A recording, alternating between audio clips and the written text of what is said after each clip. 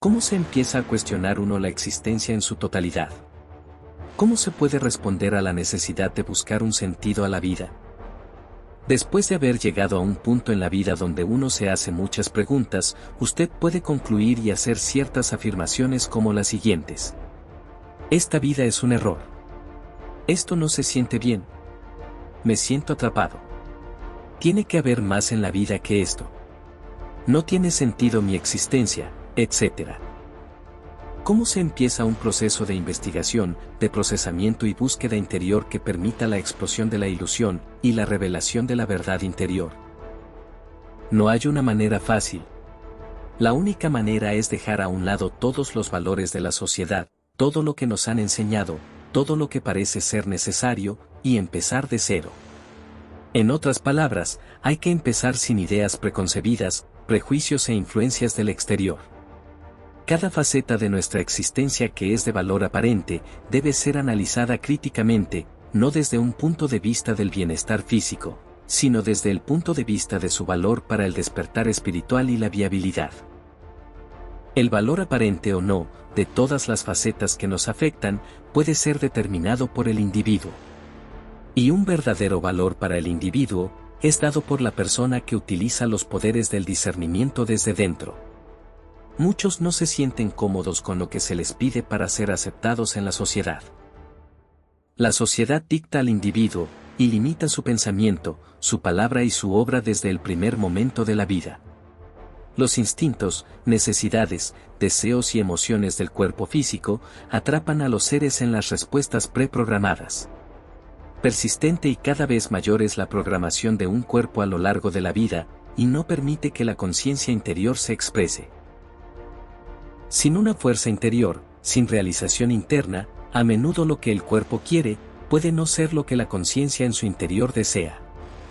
En cada encarnación, en varias ocasiones y a menudo la conciencia interna, la mente interior, se da a conocer a la mente externa, y nos hace cuestionarnos toda la existencia.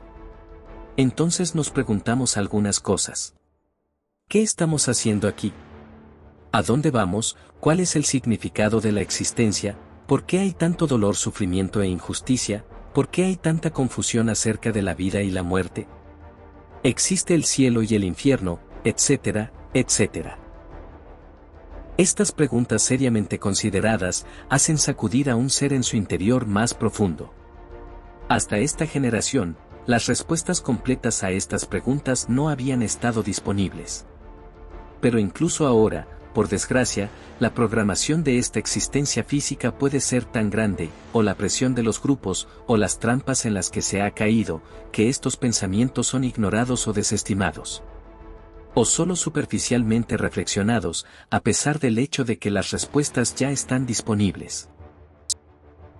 A medida que el tiempo de esta generación llega a su fin, y que más y más seres se vean obligados a cuestionar los sucesos, y que estas preguntas incidan en la mente externa, y más personas experimenten visiones, sueños e intuiciones, la urgencia de responder a las preguntas anteriores en cada ser se hará evidente. Guste o no, estamos en la generación cuando la verdad de todas las cosas, incluyendo la verdad de la propia existencia, ha de ser revelada. La gente ya no puede esconderse de tales preguntas. Les guste o no, a partir de ahora, las cosas del espíritu tendrán prioridad. Todos estarán en contacto con su conciencia interna y traerán dicha realización a su mente externa. Algunos no quieren someterse a esta realización. Algunos se niegan a creer que todo esto está sucediendo. Pero la realización de la verdad será para todos, independientemente de que lo admitan o no.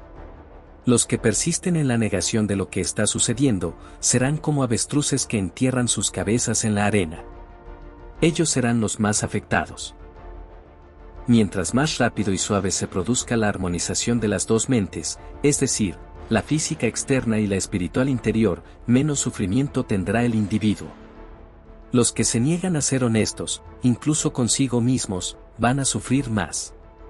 De esta manera, la ilusión puede ser vista, y la verdadera mente y conciencia interior se pueden traer a un primer plano, por lo que la verdadera naturaleza del ser puede ser expresada. La primera realización en nuestro despertar es que usted no es simplemente el cuerpo.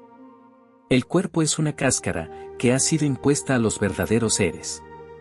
La cáscara tiene muchas características que son trampas para la conciencia al usarlo. Estas características incluyen componentes etérico y astral. 2. Un cuerpo emocional. 3. Un mecanismo de filtrado que borra la memoria cada vez que la conciencia se va y vuelve a entrar en el cuerpo físico. La cáscara está construida y condicionada para que responda de manera automática a las influencias de programación presentes en el ambiente. Estos son como programas que incluyen el oxígeno, ciertos alimentos, alcohol, drogas, talismanes, la energía negativa del sexo, la radiación, los microbios, la influencia de la riqueza y la pobreza, etcétera, etcétera. Algunos de estos agentes de programación son evitables, otros no lo son. La exposición a la programación, sin embargo, se puede minimizar.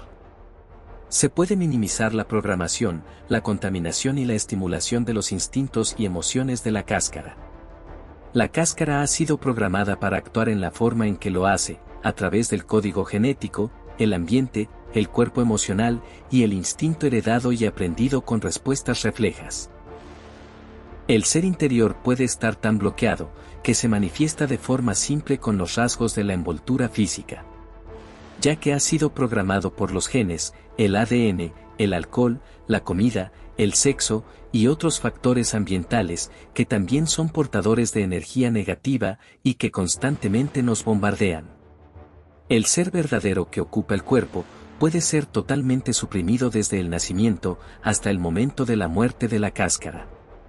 Debido al mecanismo de filtrado que impide la retención de la memoria dentro de los cuerpos, y a menos que se pasen por alto los rasgos, los instintos, los programas y las emociones, la conciencia interna puede ser totalmente inhibida de expresarse de forma temporal o permanente durante la vida del cuerpo. Esto ha ocurrido a menudo y en varias ocasiones en el pasado. Muchos seres que han venido de otros niveles, ámbitos y dimensiones para ayudar a este plano, han sido atrapados por estos mecanismos y se han rendido. Lo importante acá es darse cuenta de que el ser es la conciencia interior de un cuerpo físico, pero no es el cuerpo. Sabiendo esto, el ser es capaz de diferenciar de inmediato lo que es del cuerpo y lo que es del verdadero ser interior. Uno puede ver todo lo que pertenece al cuerpo físico y reconocer qué parte de esto es necesario para la expresión del ser y qué cosas son trampas que hay que evitar a toda costa. Al ver estas cosas separadas, las cuestiones del cuerpo físico y las del ser verdadero, usted se puede permitir un análisis mucho más detallado de las cosas del ser verdadero. Se trata del camino hacia la realización de uno mismo. Uno puede distinguir y discernir más fácil lo que pertenece a la conciencia interior. Uno puede aprender la manera de eludir bloqueos en el cuerpo, con el fin de ponerse en contacto con la conciencia interna, el ser real. De esa forma, uno puede saber más de uno mismo y se puede expresar con su verdadera naturaleza. Es solo cuando se logra esta primera realización que el ser puede tener un reconocimiento de ser libre. Esta diferenciación luego permite explorar de forma más completa y con gran detalle los aspectos que conducen a la autorrealización. Según la conciencia de sí mismo se expanda, es decir que se va liberando, también se puede ampliar a los detalles de la propia identidad, el origen, etc.